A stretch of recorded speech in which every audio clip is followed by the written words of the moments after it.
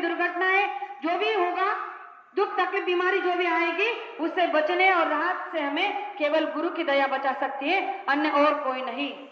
तो इसके लिए गुरु महाराज ने हमें कहा कि आपको केवल नाम का सुमिरन करना होगा। जब आप नाम का सुमिरन करोगे तो आपके अंदर की मैलाई को धोया जाएगा और आपके कर्मों को साफ किया जाएगा। आप कहोगे कैसे? एक छोटा सा प्रमाण देना चाहती हूँ कि जब हम हमारे भौतिक संसार में किसी के खेत में कुआं खोदते हैं, तो कुआं खोदते समय एकदम से जो निर्मल स्वच्छ पानी होता है वो आ जाता है, जल होता है आ जाता है? नहीं। जैसे कुएं को खोदना शुरू करते हैं तो सबसे पहले कीचड़ बाहर आता है। कीचड़ को फेंकने के बाद गंदा पानी आना शुरू होता है और उस गंदे पानी को कई बार बाहर फेंकने के बाद, फिर बहुत प्रयास करने के बाद एकदम निर्मल और स्वच्छ जल बाहर आता है जिससे हम पी सकते हैं। वैसे ही हमारी साधना का तरीका है। गुरु महाराज ने कहा कि जो नाम का दान आपको मिला है, पहली सीढ़ी आपकी सुमिरन। आप सुमिरन इतना रटो कि आपके अंदर की जो गंदगी है, जो कीचड़ है, वो मिटना शुरू हो जाएगा। फिर जो गंदा पानी यानी कि जो कुविचार हमारे दिन भर में मन में आते हैं, उन्हें धोने का प्रयास करो। जितना आप सुमिरन रटोगे, जितना नाम को रटोगे, उतने आपके अंदर की गंदगी को धोया जाएगा और धीरे धीरे कर आपका मन आपका दर्पण बन जाएगा, यानी आईना बन जाएगा। और उस दर्पण में आप अपने ही नहीं बल्कि सारी संसार की छवि को देख सकते हो। उसमें गुरु का प्रेम आपको उछलते हुए नजर आएगा, गुरु का प्रेम झलकते हुए नजर आएगा और आप और गुरु एक हो जाओगे। तो ये होती है सुमिरन का तरीका।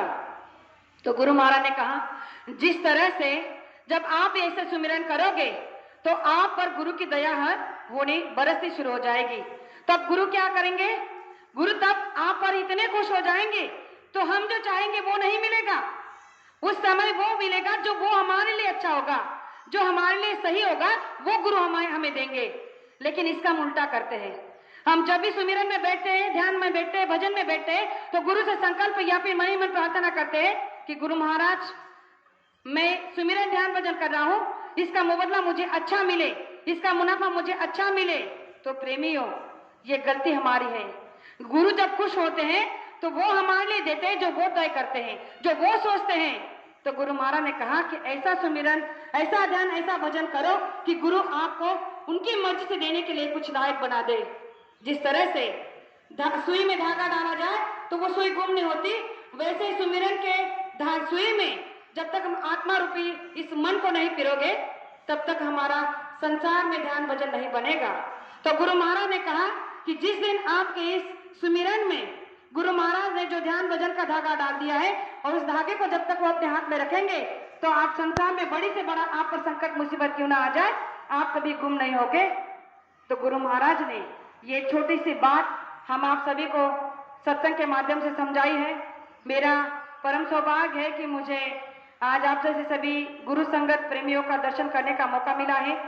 मैं सभी को बार बार पुनः यही विनती और प्रार्थना करना चाहूंगी कि मनुष्य शरीर सौभाग्य से मिला है तो इसे तहस नहस मत करिए, शुद्ध शाकाहारी जीवन व्यतीत किए, आने वाले हर एक दिन को अच्छा दिन बनाइए।